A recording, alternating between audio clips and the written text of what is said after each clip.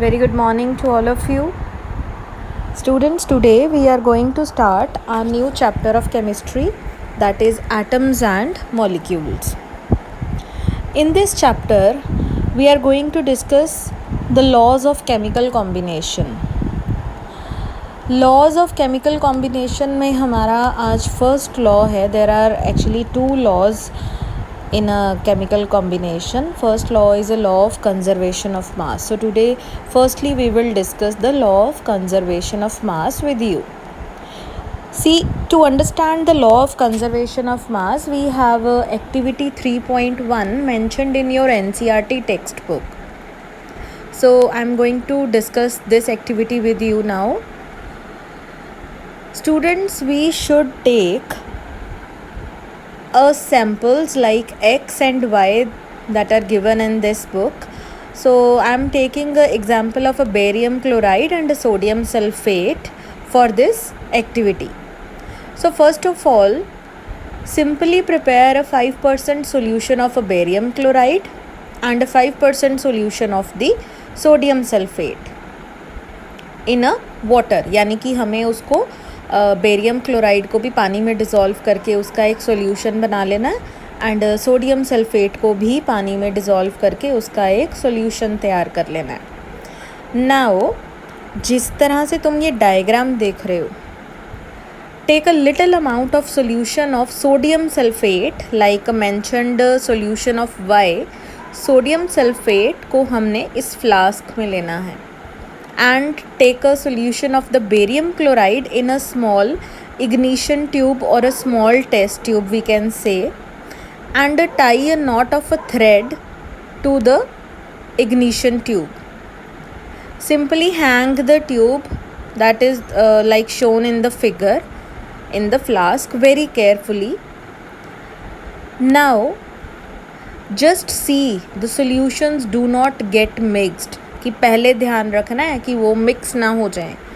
तो हमें अब उसके ऊपर एक कॉर्क लगा देना है. Now put a cork on the flask. ठीक है. अब हम क्या करेंगे इसके बाद हमें इसका वे करना है, यानी कि इसका वेट करना है कि अभी तो रिएक्शन नहीं हुआ ना, अभी तो जस्ट हमने फ्लास्क में सोडियम सल्फेट और बेरियम क्लोराइड को सेपरेटली हमने अरेंज किया है जैसे डायग्राम में दिख रहा था. अब हम क्या करेंगे, उसका एक वेट कर लेंगे. वेट हमें बहुत ध्यान से करना है. अब हम क्या करना है, simply just tilt the flask, यानी कि उसको टेढ़ा करो एंड जैसे हम हिलाते हैं उसको गोल मिक्स करने के लिए, उसी तरह just we have to swirl the flask so that the solutions of the barium chloride and the sodium sulphate gets completely mixed with each other and just weight the flask again. Abhi there are number of question comes in your mind like what happens in the flask. क्या flask में वाकई में reaction हुआ है ना? हमने flask के mouth पे ये कॉर्क क्यों लगाया? क्या फ्लास्क के जो कंटेंट्स थे उनके मास में before reaction and after reaction क्या कोई चेंज आया? Number of questions are mentioned in the activity. तो यही क्वेश्चन एक स्टूडेंट भी सोचता है. तुम लोग भी जब ये एक्टिविटी को रीड करोगे, दोबारा से इसको सुनोगे, like this question automatically comes in your mind. So actually हुआ क्या, जस्ट सी. ये है वो सिंपली एक्टिविटी कि when we mix the barium chloride and the sodium sulfate, then what will happen? We observe that the white precipitate is formed. आप देख रहे हो ये white color बन रहा है. These are the precipitate which shows that the reaction takes place between the barium chloride and the sodium sulfate. यानी कि इन दोनों के जो compounds है, बेरियम क्लोराइड का solution था और सोडियम सल्फेट का solution था, इन दोनों के बीच में reaction हुआ है. एंड ये जो वाइट प्रेसिपिटेट बने that is of the barium sulphate.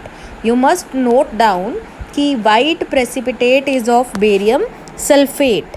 And जब हमने फ्लास्क का वे किया था before the reaction and after the reaction, then weight जो होगा उसका mass remains the same before reaction and after reaction. ऐसा क्यों?